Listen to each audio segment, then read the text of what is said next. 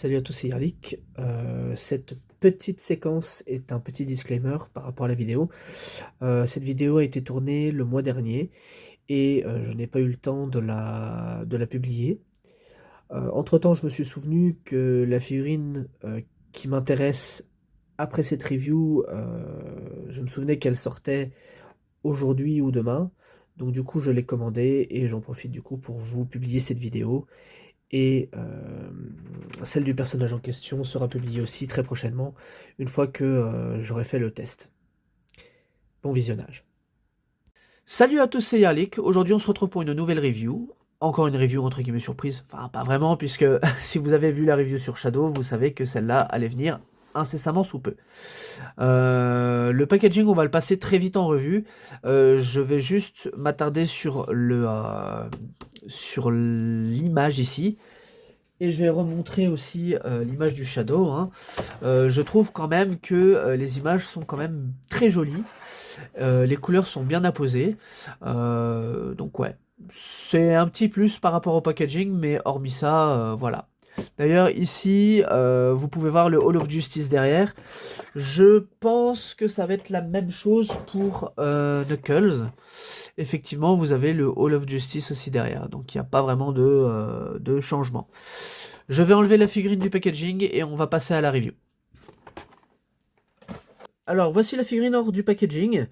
Pour avoir touché un petit peu la figurine, je peux vous dire que en termes de plastique, on a du plastique en plus ici que ce qu'on avait sur le Shadow, ce qui fait qu'il y a certaines articulations qui vont être plus simples à utiliser. Et d'ailleurs, je vais vous mettre le Shadow ici. Vous voyez que les tailles sont similaires, mais qu'il y a effectivement une différence de build entre les deux. Ici, on a du plastique un petit peu plus robuste, entre guillemets, un petit peu plus épais pour montrer que Knuckles a plus de muscles que lui. Donc ça, je trouve que c'est pas mal, c'est-à-dire qu'il n'y a pas de reuse entre les deux figurines au niveau des bras et des jambes. Alors, qui dit Knuckles Superman dit Superman. Là, je vous mets d'entrée de jeu la version Kingdom Come de chez Gong Studio, dont je n'avais absolument pas fait la review et dont je ne ferai pas la review. Et en termes de taille, vous allez voir que le Knuckles, il est à peu près comparable au Shadow, ils sont à peu près à la même taille. Donc maintenant, on va passer aux articulations de ce Knuckles.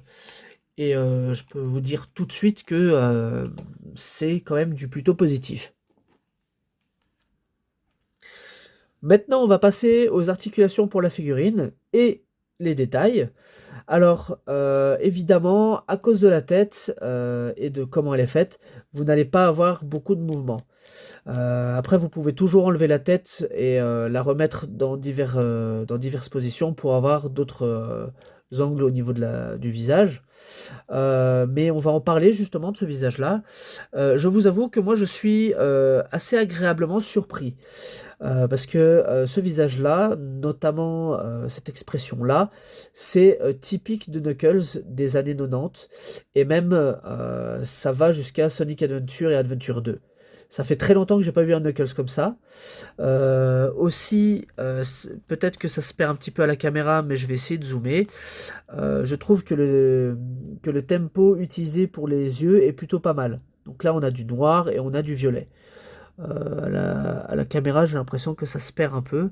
Qu'est-ce qui se passe si je zoome un peu et que j'améliore un petit peu la luminosité? Non, vous voyez pas trop, c'est dommage, parce que moi je le vois. Ça peut paraître assez subtil, mais il y est. Au niveau du torse, je vais être obligé d'enlever ça pour pouvoir vous montrer les diverses articulations, parce que là, j'avoue que j'ai été quand même agréablement surpris. Contrairement à la figurine avec Shadow, je n'enlèverai pas la cape cette fois-ci, mais je vais vous montrer les articulations. Donc là, nous sommes sur un disque, encore une fois, mais si vous regardez, l'articulation, elle est nickel. Elle est rigide, enfin, elle est ferme sans être trop ferme. Vous pouvez bien bouger le bras sans problème. Par ici, ça coulisse très bien. On a une bonne amplitude de mouvement avec la boule qui est ici. Le poing, il bouge comme ça, pas de souci. La main s'ouvre. On est sur du très très bon. Là aussi, on a une rotation qui est plutôt pas mal. Et au niveau des jambes, absolument aucun problème. J'ai même pas peur, j'ai absolument pas peur d'utiliser les articulations, elles sont juste excellentes. Nous avons ici une simple jointure, mais qui a une assez bonne amplitude de mouvement. Nous avons une légère rotation ici. D'ailleurs, pareil pour le point, hein, ici vous avez pareil pour les coudes, pardon, vous avez une légère rotation ici. Les pieds sont sur un rocker aussi, qui est plutôt bon. Et d'ailleurs, je me demande si je peux bouger l'articulation ou pas. Non, donc c'est juste comme ça et en latéral. Donc on est sur du très très bon. Et du coup, je me disais, mais il est où cet autre point d'articulation dont on nous parle? Ce 23e point d'articulation, il est où? Je le vois pas. Et ah, la queue est articulée. J'espère que je ne me ferai pas censurer pour avoir dit ces mots. Mais la queue est articulée. Et rien à dire non plus. Rien à dire non plus. J'ai absolument rien de négatif à dire sur la figurine. Je vais remettre la cape, parce elle est partie toute seule. Et vous allez voir que la tête, eh bien, il faut forcer un petit peu, vous me direz, mais vous pouvez effectivement la mettre dans ce sens-là si vous le souhaitez.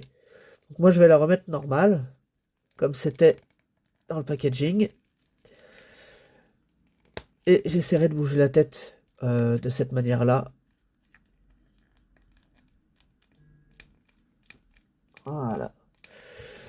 Donc voilà, et je vais poser toutes les figurines Sonic que j'ai à côté de ce Knuckles pour pouvoir entamer cette conclusion.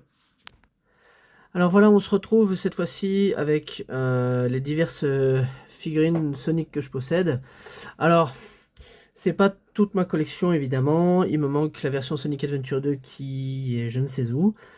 Et je pense que vous avez vu déjà un intrus dans ce display. C'est-à-dire que là, vous avez Classic Sonic de Jazzware qui, je pense, vous le voyez, hormis la tête, le reste est dégueulasse. Vous avez les 3 figurines là de chez Jakks Pacifics qui, pour moi, sont vraiment excellentes.